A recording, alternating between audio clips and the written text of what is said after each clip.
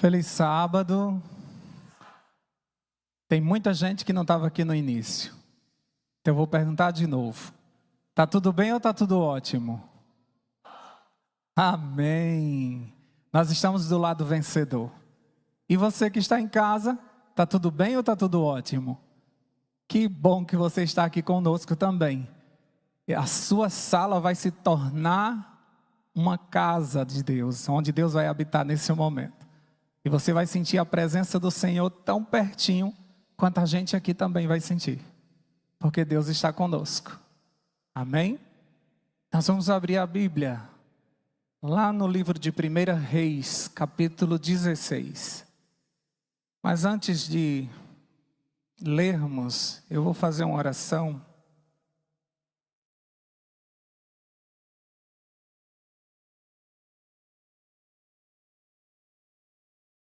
Vamos orar mais uma vez?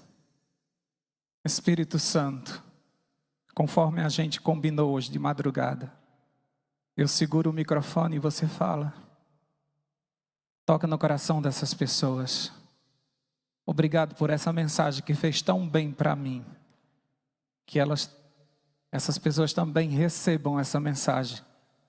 E que ela faça diferença nas suas vidas. Em nome de Jesus. Amém. Antes da gente ler, eu queria só contextualizar. Nós vivemos num mundo de crise. Nós vivemos num mundo muito difícil. Nós estamos vivendo nos últimos dias. O Dinho vai ter dificuldade porque eu me mexo muito, né, Dinho?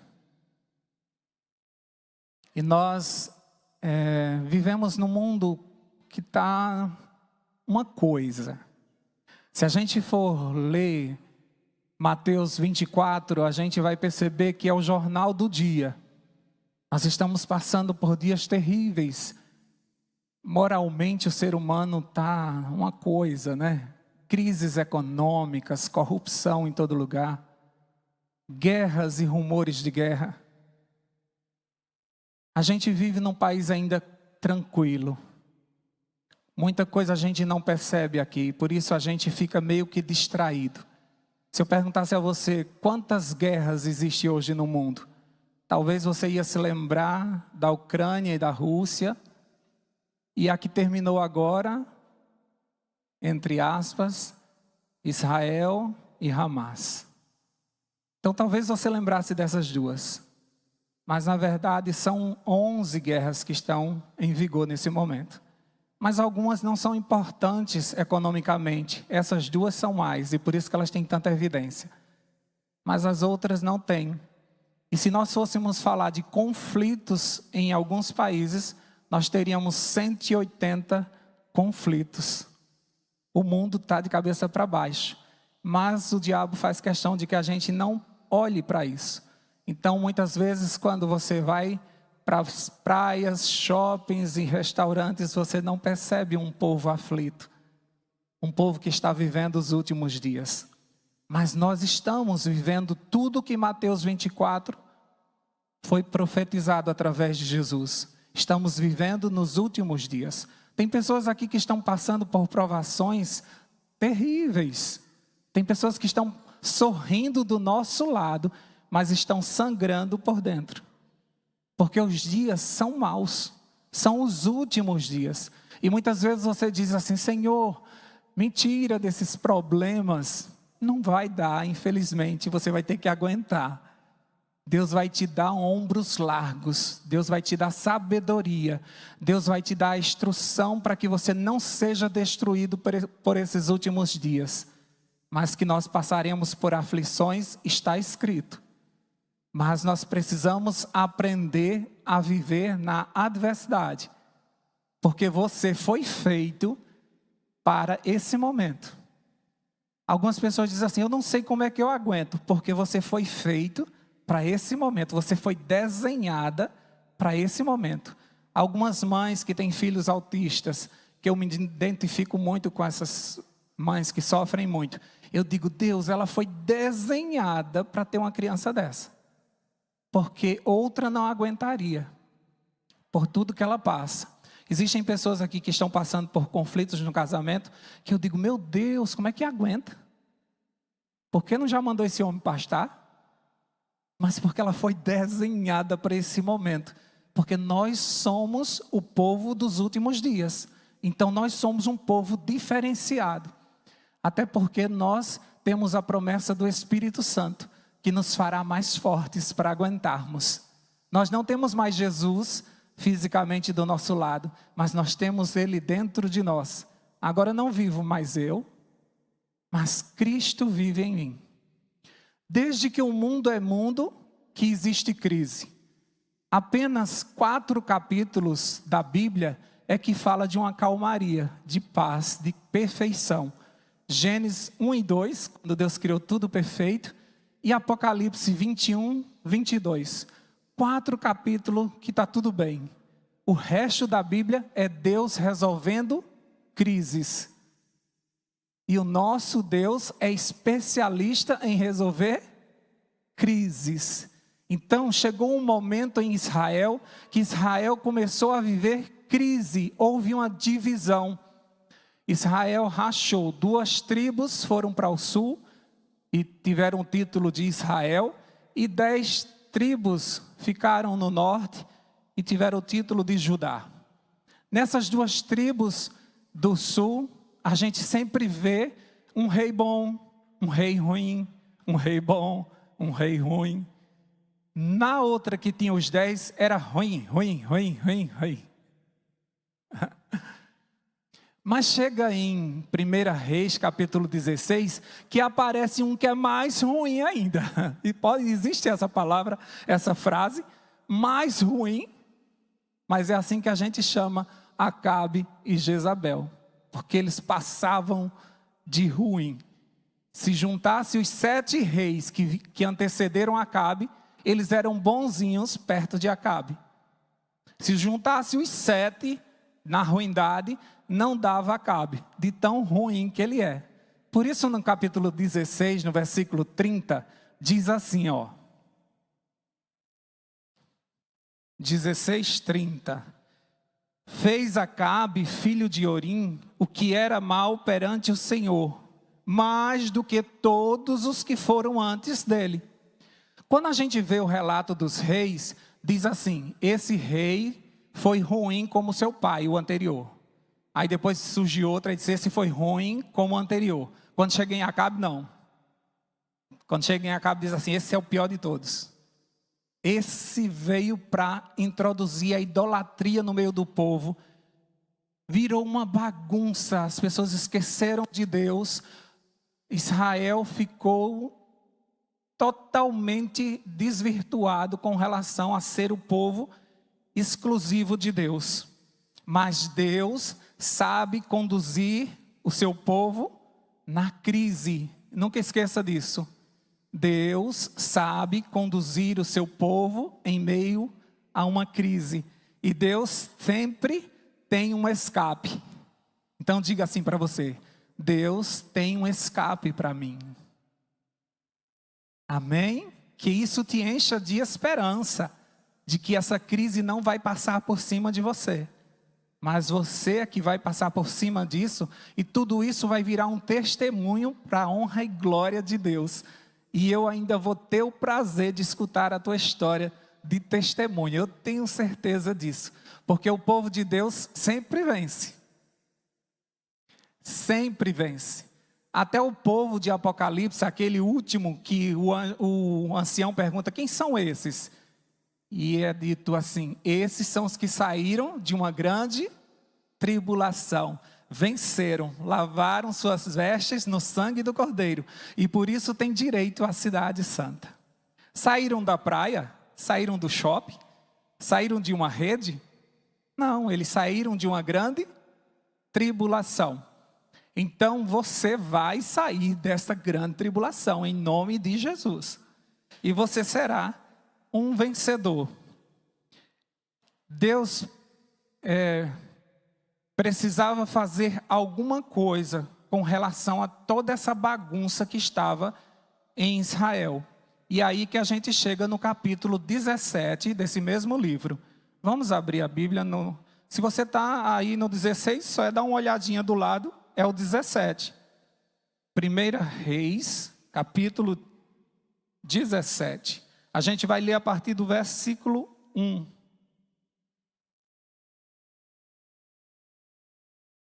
E diz assim: então Elias, o tesbita, dos moradores de Gileade, disse a Acabe: tão certo como vive o Senhor, Deus de Israel, perante cuja face estou, nem orvalho nem chuva haverá nestes anos, segundo a minha palavra.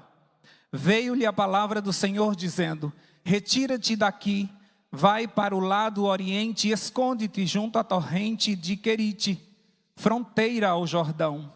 Beberás da torrente, e ordenei aos corvos que ali mesmo te sustente. Foi, pois, e fez segundo a palavra do Senhor.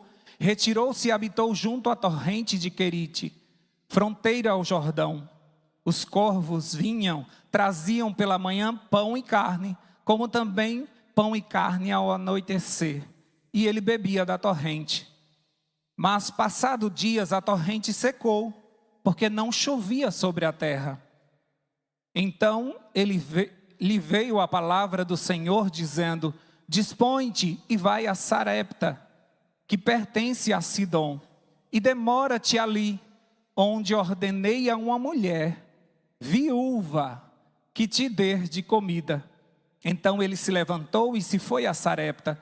Chegando à porta da cidade, estavam ali uma mulher viúva, apanhando lenha. E ele a chamou e lhe disse: traze-me, peço, uma vasilha de água para que eu beba. Indo ela a buscar, ele a chamou e lhe disse: traze-me também um bocado de pão na tua mão.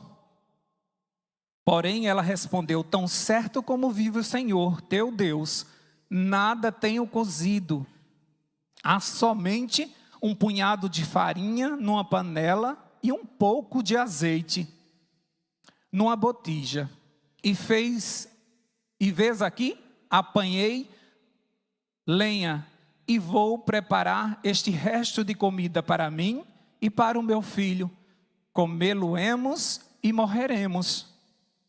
Elias lhe disse: não temas, pois vai e faze o que disseste. Mas primeiro faze dele para mim um bolo pequeno e traze-me aqui fora. Depois farás para ti e para o teu filho. Porque assim como diz o Senhor, Deus de Israel, a farinha da tua panela não se acabará, e o azeite da tua botija não faltará, até o dia que o Senhor fizer chover na terra. Foi ela e fez segundo a palavra de Elias. Assim comeram ele, ela e a sua casa muitos dias. Da panela a farinha não se acabou, e da botija o azeite não faltou, segundo a palavra do Senhor, por intermédio de Elias. Você já fez o ano bíblico hoje, tá? Fica tranquilo. Chegar em casa, você já está descansado de hoje. Mas eu precisava contar toda essa história para que você entendesse. E você vai observar que quando Deus ver o povo de Israel numa crise, Deus não precisa de muita coisa para resolver. Deus sempre precisa de um homem ou de uma mulher que se levante para colocar a casa em ordem. De uma pessoa só. A gente vai ver durante toda a história do povo de Israel que Deus levantava um juiz e resolvia a situação. Deus levantava um rei e resolvia a situação. E muitas vezes na tua casa você quer que Deus levante um exército. Basta um ponto de luz e a tua casa será transformada. Basta um ponto de luz no teu trabalho e aquele ambiente vai ser transformado. Então Deus precisa de homens e mulheres que sejam dependentes de Deus e do poder do Espírito Santo. Quem se levanta?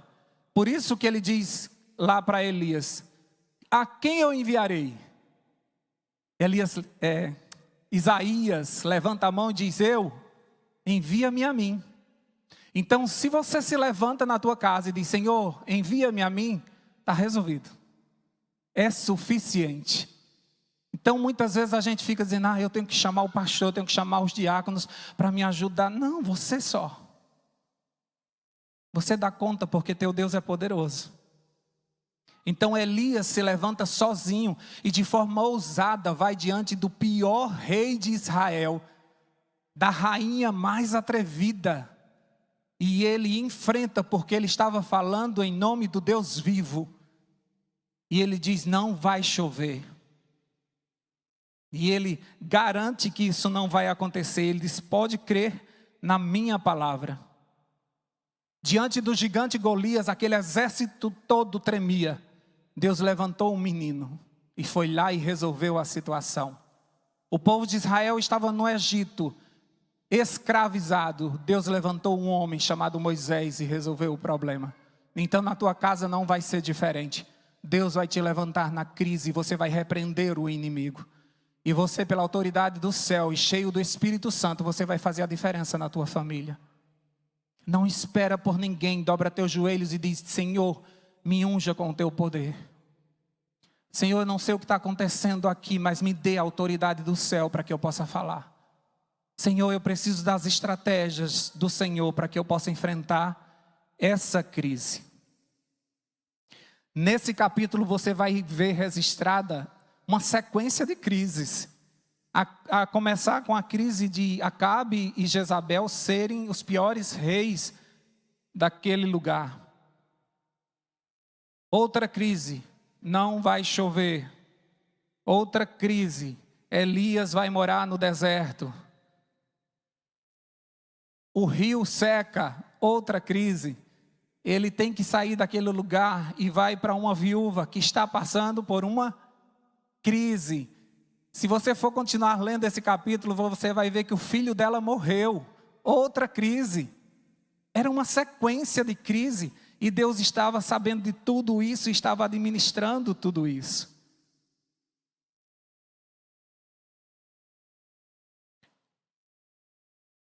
Aqui diz assim, em tudo isso tem ensinamento. A gente precisa tirar os olhos da situação que nós estamos vivendo e olhar para quem tudo pode. O autor e consumador da nossa fé. Os nossos olhos têm que estar fixados nele. O problema é que você não tira o olho do problema. Você não para de falar do problema. Você sempre é a mulher do problema. É o homem do problema. Quando você chega, a gente já sabe o que você vai falar. É sobre aquele problema, né? Nós precisamos olhar para quem tudo pode. Enquanto você estiver olhando para a vasilha, secando ali, como aquela viúva estava olhando, está acabando, está acabando, está acabando, está acabando. Você não consegue olhar para o Deus que é a fonte de todas as bênçãos que você precisa.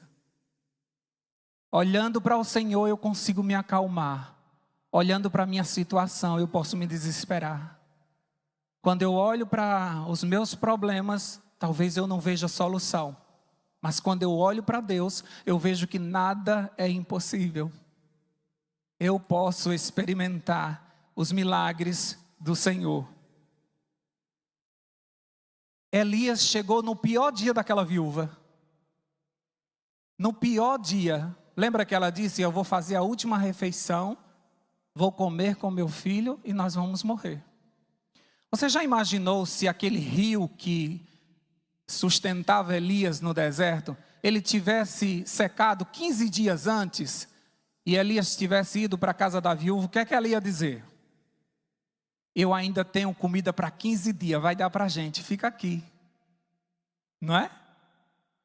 Se tivesse acabado aquele rio em 8 dias, Elias tinha chegado lá e ela disse assim, eu tenho comida ainda para 8 dias, fica aqui comigo. Mas vocês já notaram que Deus, Ele trata a gente assim, Ele chega na última hora, no último momento? Você tem essa sensação? Eu sempre digo à minha esposa. Minha esposa diz assim, e aí, como é que vai ser? Aí eu digo, daquele jeito, né? Deus vai chegar no último momento. É aquele estresse de novo. Eu disse, vamos esperar. Porque no último momento chega. Chega ou não chega, Jamaci? No último momento chega. Porque quando acaba tudo teu, começa o tudo de Deus. Quando acaba o tudo teu, começa o tudo de Deus. E por isso que ele chega no último momento, para não dizer que foi porque você tinha 8 dias de comida, 15 dias de comida. Ele chega no dia que não tem mais. Para ele dizer assim, ele não divide a glória dele com ninguém.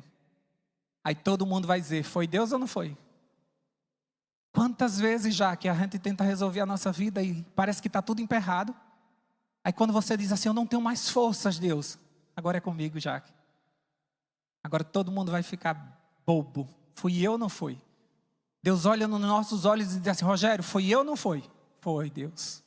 Foi o Senhor, porque eu não tinha mais força, eu não tinha de onde tirar. Deus prova o seu poder chegando no último momento. Olha o que diz lá no livro Profetas e Reis, na página 62, com relação a essa cena. Diz assim, a chegada de Elias, mesmo no dia em que a viúva temia ter que abandonar a luta pelo sustento, provou ao máximo sua fé no poder do Deus vivo para suprir as suas necessidades. Ellen White diz que Elias chegou no último dia, no momento que ela ia desistir. Deus está vendo tudo que está acontecendo com você. Ah, Deus, eu não vou aguentar. Vai. Se Deus disser assim, ela aguenta até sexta-feira. Você aguenta até sexta-feira. Não, Deus, mesmo eu quero que resolva logo. É sexta. Entendeu? Porque na sexta você não tem mais o que fazer. Porque na sexta não tem mais recurso. Porque você está com a última refeição. Então está na hora de eu chegar. Porque se eu chegar com o que você tem, porque muitas vezes você diz assim, Senhor, multiplica isso aqui. Para que eu vou fazer isso se eu posso fazer tudo novo? Então deixa zerar. Mas Deus, aí tem um monte de crente, tudo desesperado, tudo agoniado, o vencimento chegando, tudo desesperado. Mas meu casamento vai se acabar e o Senhor não chega. Lembra de Jairo, quando ele saiu puxando Jesus no meio da multidão, dizendo, minha filha está morrendo. E ele saiu puxando, e a multidão ia emperrando Jesus, e Jesus ia andando lento. Aí vem uma mulher, toca no vestido, e Jairo estava lá preocupado com essa mulher. Jairo queria que Jesus chegasse na casa dele logo, que a filha estava morrendo, e ele fica desesperado. Lá vem os empregados e diz assim, deixa, morreu, a menina morreu. Deixa o mestre aí. Jesus escutou e disse assim, Jairo, crê somente, vamos embora. A menina só dorme. Jesus não chega atrasado em canto nenhum. Jesus chega na hora que você precisa do milagre. Talvez ele não tenha uma cura para você, mas ele tem uma ressurreição. Você tem que entender que é nas crises que você precisa desenvolver a confiança em Deus. Você olha muito para a crise e você fica focado naquele problema. Algumas pessoas têm dificuldades na universidade. Vai ter prova na sexta-feira, o professor não quer liberar. Ele disse, se você não fizer a prova na sexta-feira, você vai perder a cadeira, e você fica angustiado, e você fica sem saber o que fazer. Por que você fica sem saber o que fazer? Porque você não confia em Deus, que disse que se você guardasse o sábado, Ele te abençoaria. É questão de confiança. Não é o problema, não é o professor. O problema é você que não tem confiança. Quando você passa por uma crise no teu casamento e você fica questionando, Deus, conserta meu marido, o que é que está acontecendo? Por que o Senhor não resolve isso? O que é que está acontecendo aqui nesse casamento? O problema não é o teu casamento. O problema é que você não confia em Deus, que Ele pode restaurar o teu casamento. Quando você passa por uma crise financeira e você fica desesperado, como é que eu vou fazer para pagar essa dívida? Se eu usar um pouquinho do dízimo e da oferta, acho que dá certo. O problema não é o dinheiro, o problema é que você não confia em Deus. O problema não é porque você tem aquela conta para pagar, o problema é que você não confia em Deus. E por isso você vai lá e usa aquele dinheiro de forma indevida. O profeta chega e ele pede uma coisa que Deus pede para você. Faz primeiro para mim um bolo. Já viram aniversário? O primeiro pedaço, como foi dito aqui no Ministério da Criança, na adoração infantil. O primeiro pedaço é para quem? Para a pessoa que você mais ama. Eu já falei isso aqui para vocês, não foi? Em outras pregações. Então, vamos supor que eu estou na festa do meu aniversário. Não, minha esposa está na festa do aniversário dela. E ela vai cortar o primeiro pedaço de bolo. E está ali a mãe dela, que deu a vida para ela, né? E estou eu. Eu.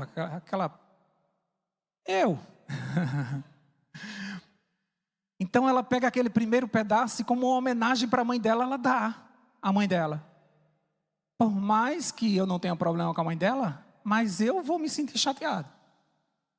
Poxa, poderia ser para mim. Ela vê que eu fiquei um pouquinho estranho, ela diz assim, pode ficar com o restante do bolo para você. Porque eu amo muito mais você, eu te dou o resto do bolo. Muda o que eu sinto? Não, eu não queria o bolo todo. Eu queria o primeiro pedaço. Porque o primeiro pedaço, além de amor, é consideração. É dar a primícia. Entende? Então, quando você acorda, o que é que Deus espera? Que quando você tiver um tempinho, você fale com Ele? Ou que o teu primeiro pensamento seja dele? Entende? Mas quando a gente acorda, a gente fica assim, ó. Procurando o quê? Celular. E a gente vai... Não, já eu vou orar, mas deixa eu ver aqui as mensagens. Eita! Fulano fez uma festinha, nem me chamou. Tomara que engorde. E a gente vai. Eita, a hora do trabalho. Corre e sai correndo, feito um louco. Aí quando chega na porta de casa, fazer uma oração antes de sair. Deus me leva, me protege e eu estou atrasado. Você acha que Deus está em primeiro lugar na tua vida mesmo? Tem certeza? Será que Ele está em primeiro lugar nos teus negócios, em tudo que você faz? Tem certeza? Vocês já notaram que sempre que a gente está em crise, a primeira coisa que a gente tira é a parte de Deus? Não vou mais para essa igreja não. Oi, o que aconteceu? Briga com o marido, não vou para a igreja mais não. O que é que tem a ver? Deus fez o que a gente? Mas não é assim? Tudo quando a gente quer fazer uma faxina, a gente tira primeiro a igreja. Aí eu preciso descansar. O que é que você tira primeiro? Não vou para a igreja hoje. Como assim? E você trabalha aqui, é? Você bate um ponto lá na porta? Entende que a gente vai tirando logo primeiro as coisas de Deus? Então a gente vai tirando Deus de primeiro lugar, mas a gente quer que para Deus a gente seja o primeiro lugar. A gente não dá o primeiro lugar para Deus, mas a gente quer o primeiro lugar. É ou não é? Quando a gente vê um irmão do lado sendo abençoado, a gente diz, meu Deus do céu. Eu estou pedindo isso há 10 anos, essa criatura pediu essa semana, pai. O Ridley está aqui nessa igreja desde que fundou a igreja, não pegou a arca da oração ainda. E tem irmão que foi batizado um dia desse, já levou para casa a arca. Dá para entender um negócio desse? Porque Deus trabalha de uma forma que você não entende. Porque muitas vezes você não está fazendo também a tua parte. Então toma cuidado, porque você está exigindo de Deus alguma coisa que você não está fazendo por Ele. Então toma cuidado, porque a gente sempre deixa Deus para depois. Aquela mulher poderia ter dito assim, como é a história, meu filho? Eu fazer um pão para tu. Eu estou morrendo de fome com meu filho. Eu vou dar um pão a tu. Primeiro que se tu fosse profeta de Deus mesmo, tu chegava aqui com uma cesta básica para mim.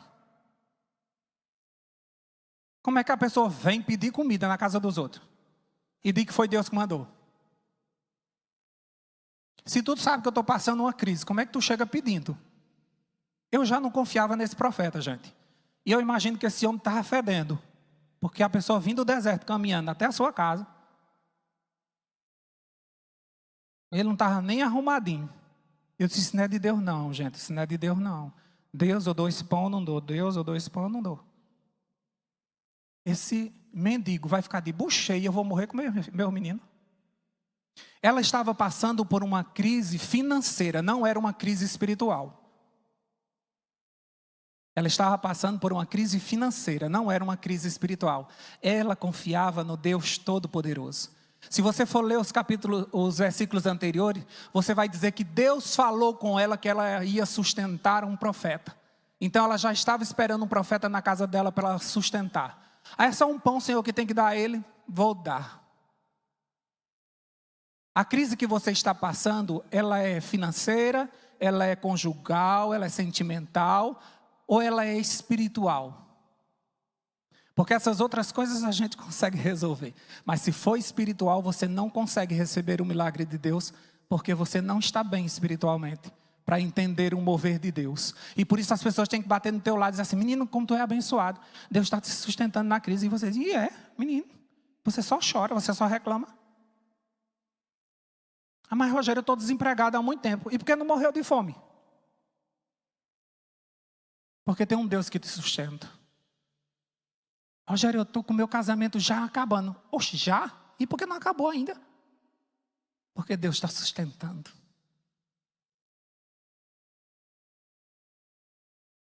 Rogério, na minha casa ninguém quer saber nada de igreja. Eu estou aqui só pela fé. Então você quer saber de igreja? Louvado seja Deus. Tem um pouquinho de farinha, não tem? Ei, tem um pouquinho de azeite na tua casa, não tem? Nem que seja um pouquinho, não tem? Ah, mas eu não sinto nada pelo meu marido. Uma pessoa veio me dizer, eu não sinto mais nada pelo meu marido. Eu tenho certeza? Nenhuma coisinha de nada? Não. Também, Rogério, é muitos anos, né? Eu tenho um pouquinho. Eu disse, então tá ótimo, vai dar para fazer um milagre. Tem um pouquinho? Você tem um pouquinho de farinha, tem um pouquinho de azeite? Por que você não abre uma empresa? Ah, mas Rogério, eu não tenho recurso. Eu só tenho um pouquinho de dinheiro. Tem um pouquinho? Então dá para a gente começar. Vamos comprar umas águas minerais, vamos vender na praia? Você imagina se aquele menino tivesse ficado calado e tivesse escondido os 5 pães e 2 peixinhos? Mas ele disse, eu tenho 5 pães e 2 peixinhos. Tá ótimo. Manda todo mundo sentar que eu vou dar comida agora a 5.000. Para de limitar teu Deus. Para de limitar teu Deus e viva o que diz o versículo 14. Porque assim diz o Senhor Deus, a farinha da tua panela não se acabará, e o azeite da tua botija não faltará, até o dia que o Senhor fizer chover sobre essa terra. Quando a minha primeira filha era bebê, eu passei uma crise financeira muito grande. Eu estava muito bem financeiramente, mas eu resolvi comprar um apartamento. Eu estava ganhando muito bem no meu trabalho, eu sou funcionário público. Para quem não sabe, funcionário público, o salário de funcionário público ele é feito de gratificação. Se descascar, não fica nada. Mas colocando umas gratificações, fica bonito que só. Então, meu salário estava florido. Então, eu inventei, vou comprar um apartamento. E a gente comprou um apartamento em junho. Em janeiro, assumiu um novo governador. Que Deus o abençoe, que ele vá para Paris. E ele tirou todas as gratificações, exonerou a gente. E eu fui dormir em dezembro com um salário e acordei em janeiro com outro salário. Então eu fiquei com 50% do meu salário. Não tinha como pagar todas as dívidas que a gente estava vivendo. E com a bebê. Então chegava um momento que eu tinha que pensar assim, eu devolvo o dízimo e as ofertas, ou eu compro o leite e as fraldas dela? E eu pensava, e todas as vezes eu escolhia comprar o leite e as fraldas. E eu me envergonho, porque eu não tinha o conhecimento que eu tenho hoje. E eu não tinha a intimidade que eu tenho com o Espírito Santo hoje. E a questão não era comprar o leite dela e as fraldas, a questão não era essa. A questão é que eu não confiava em Deus. Cada vez que eu fazia isso, eu estava dizendo, eu não confio que o Senhor vai mandar. Então eu vou dar o meu jeito. E todas as vezes eu caía nesse mesmo erro e a minha vida financeira não saía desse buraco. E eu continuava nesse buraco o tempo todo. É porque Deus estava me castigando? Não. Porque a partir do momento que você não confia nele, ele não se mete na tua vida. Não é você que vai resolver, Rogério? Então resolva. Não é você que toda vez que resolve? Então resolva. É só isso. Quando o povo de Israel ia para o exílio, não é porque Deus queria castigar eles, não. Por que eles iam para o exílio? Porque eles abandonavam o Deus vivo e iam adorar outros deuses. Então, em Israel, ninguém era para adorar outros deuses. Você quer adorar outros deuses? Então você vai para a Síria. Você quer adorar outros deuses? Então você vai para a Babilônia, que lá é o Deus deles. Resolva lá. Mas na minha terra, só fica quem adora o Deus vivo. É simples assim. Então, quando você decide resolver a tua vida do teu jeito, Deus se afasta. Tudo bem, você é livre. Vai viver da tua farinha e vai viver do teu pingo de azeite. Então, não ache ruim de estar vivendo com um pinguinho de farinha e um pinguinho de azeite. Fique feliz, não foi você que escolheu? Entende? Se você sair daqui dizendo que Rogério pregou sobre dízimo e oferta, eu vou dizer que você é mentiroso. Que eu não estou falando de dízimo e oferta, eu estou falando de confiar em Deus. Atualmente eu estou passando por uma grande crise financeira. Como vocês sabem, eu passei 3 anos com minha mãe com a bactéria hospitalar. Nós gastamos o que tínhamos e o que não tínhamos. Nós gastamos as reservas, no início gastamos todas as nossas reservas, depois nós entramos em empréstimos, porque foram 3 anos para dar o mínimo de conforto para ela. Um dia desse eu estava saindo dessa igreja, indo para casa, e nós só tínhamos o almoço do sábado. Mas agora eu tenho uma cabeça diferente. E dirigindo para casa, eu disse assim a Deus, Deus, a gente só tem essa refeição agora. E eu não tenho o que comer à noite. Por mim, o Senhor sabe que eu amo jejum. Olha, falou em jejum, pode me chamar, que eu sou o cara do jejum. Mas eu tenho 2 meninas. E elas vão me questionar e eu não vou receber dinheiro nem tão cedo. Mas eu sei em quem eu creio. E a gente foi para casa. E a gente almoçou. E a gente descansou um tempinho porque a gente tinha atividade à tarde na igreja. A Val tinha que vir para os desbravadores. E enquanto a gente estava sentado ali, depois do almoço, o telefone dela tocou. E um supermercado daqui da cidade disse assim, vocês foram sorteados com uma feira.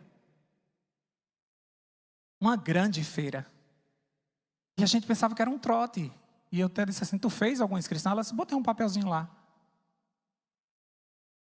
E ela veio para as atividades da igreja no sábado de tarde. E depois do pôr do sol, eu fui fazer uma feira que meu pai mandou para mim. Tudo dobrado. A gente colocava tudo dobrado no carrinho. Que era uma senhora feira. Meu Deus me sustenta. Quando eu vou fazer as minhas contas em casa para saber se o dinheiro vai dar com as despesas, porque agora a gente está vivendo com metade do salário, eu digo, Deus, não dá. Mas se eu pegasse o dízimo e a oferta, dava. Porque mesmo que eu esteja em crise, mesmo que eu esteja recebendo metade do salário, o meu dízimo e minha oferta são completos. Porque eu não estou com crise espiritual, eu estou com crise financeira. Então, o meu dízimo e minha oferta continua como se eu estivesse ganhando lá em cima, mesmo que eu esteja recebendo embaixo. Porque eu sei em quem eu tenho crido. Um dia desses, 10 horas da noite, todo mundo estava dormindo e eu estava na sala, conversando com Deus. Eu estava dizendo a Ele assim, como é que eu vou pagar as dívidas esse mês? E quando eu olhei para o celular, uma pessoa mandou uma mensagem para mim. uma grande amiga de São Paulo, uma grande empresária.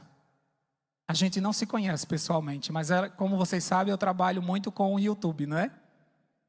Eu sou um dos diretores da Sala 57 e também tenho o meu canal Passos para Hoje.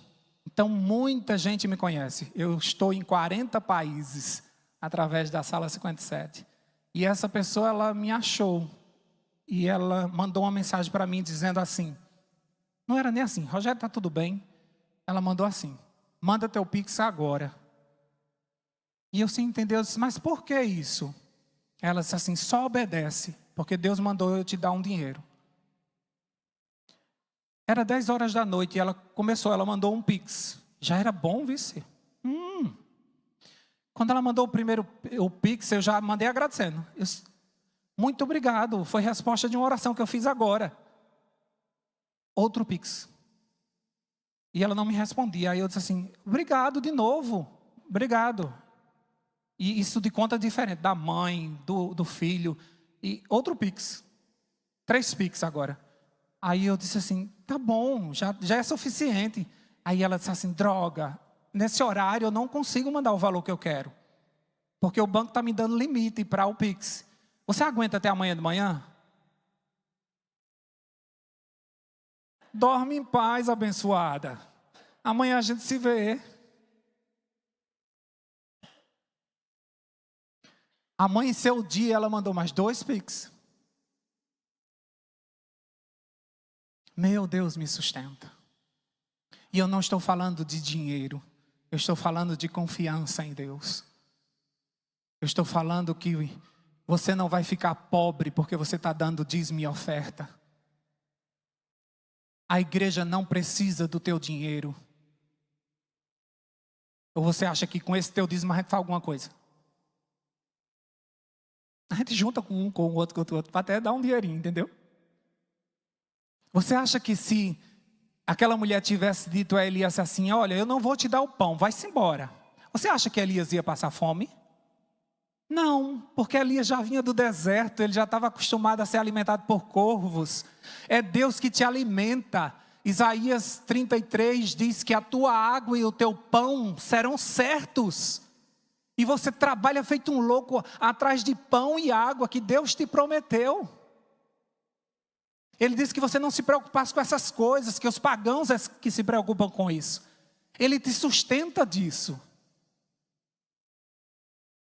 Ou você acha que você está de pé, por quê? Cadê teu dinheiro? É por causa do teu dinheiro? É Deus que te sustenta, querido. É Deus que te sustenta. Quem resolve os problemas do teu casamento é tu. Porque tu viu lá numa revista que a mulher tem que botar uma lingerie mais bonita e chegar lá e tentar acalmar esse homem? Tu acha que foi isso que resolveu? Ah, é porque as irmãs dizem que eu ando muito descabelado, agora eu vou me arrumar. Porque já viram como, se eu ver uma mulher arrumada, eu digo assim, essa daí levou um chifre. Porque só o que o povo ensina. Levou um chifre, se arruma que o homem vai voltar. Você acha que ele volta por causa disso? Um casamento só fica de pé se Deus estiver nele. Ah, porque eu ensino as minhas crianças o caminho, eu tento evangelizar as minhas crianças. Você acha que teus filhos estão aqui por causa disso? Você não entendeu nada ainda?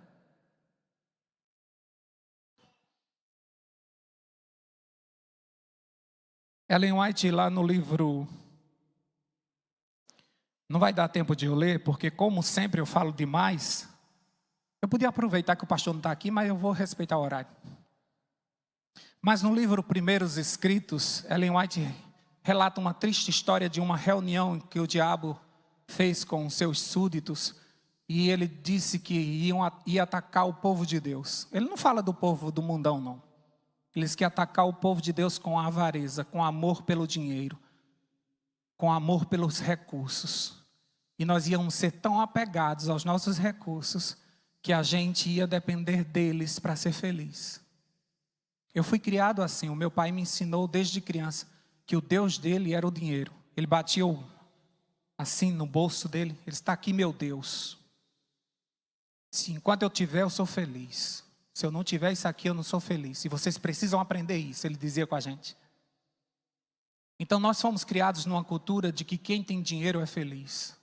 Que o dinheiro traz muita felicidade. E por isso a gente fica trabalhando feito uns loucos só pelo dinheiro. Só pelo dinheiro. E por isso que muitas vezes a gente diz, eu não conquisto isso porque eu não tenho dinheiro. Eu não conquisto isso porque eu não tenho recurso. E tem gente que não tem, Deus abre a porta e faz um milagre e acontece. Não é verdade? Não é sobre dinheiro, nunca foi sobre dinheiro. Mordomia não é sobre dinheiro. Eu estou aqui com essa camisa que eu amo. Foi o ministério que me salvou nos momentos de maior crise que eu tive. Quando eu estava passando por uma dificuldade financeira muito grande, Deus me chamou para um ministério da mordomia. E eu disse, homem, eu já estou apertado, o senhor vai me falar de dinheiro? E eu disse ao pastor, não, pastor, não quero isso não, isso só fala de dinheiro, de dízimo, de oferta. O senhor sabe que eu estou há 26 anos no ministério de oração, me coloco para oração. Ele disse, mas Rogério, a gente escolheu justamente tu por isso, porque você vai cuidar do culto de quarta-feira e todos os cultos de oração. Porque o ministério de mordomia, ele tem que ensinar as pessoas a serem espirituais, a estarem pertinhos de Deus. Porque pessoas perto de Deus, elas não têm dificuldades com dinheiro, elas não têm dificuldades em ser fiéis ao Senhor. Você tem a escolha, querido. Ei, olha para mim. Olha para mim. Você pode escolher viver do restinho da farinha e do azeite, ou experimentar o extraordinário de Deus. Você pode escolher viver a tua vida do jeito que você está vivendo, resolvendo tuas coisas do jeito que você está resolvendo. Ou você pode escolher colocar tudo nas mãos do Senhor.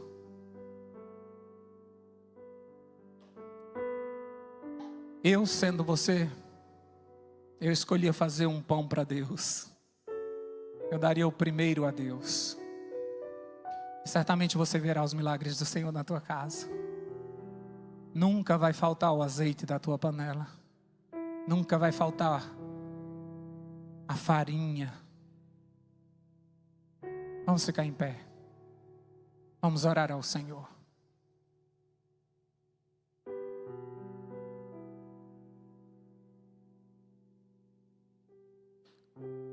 Deus, aqui está um povo que talvez até hoje não confiou no Senhor. Talvez tenham pessoas aqui que até hoje tentaram resolver tudo segundo as suas forças. Tem gente aqui que está com medo da farinha acabar. Tem gente que é só na vida, sabe, Pai? Não tem a quem pedir. Elas olham ao redor e não vê ninguém. Levanta a cabeça delas, Pai, para que elas olhem para cima. Porque o Pai delas está lá em cima. E Ele é dono do ouro e da prata. E Ele pode abrir portas onde não tem paredes. O Senhor é poderoso para transformar toda e qualquer situação. Nós vamos sustentar os Teus profetas. Manda recursos, Pai. Abre as portas e as janelas do céu e derrama bênção sem medida sobre o Teu povo. Faz o Teu povo prosperar, para que a gente tenha recursos suficientes para alimentar mais e mais profetas, missionários, obreiros, para que a gente pregue essa última mensagem ao mundo, para que a gente vá para casa. Sustenta o Teu povo, Senhor Deus, no deserto. Que nunca nos falte a água, nem o pão. Que a gente volte hoje para casa confiante. Que nunca vai faltar a farinha nem o azeite. Em nome de Jesus. Amém.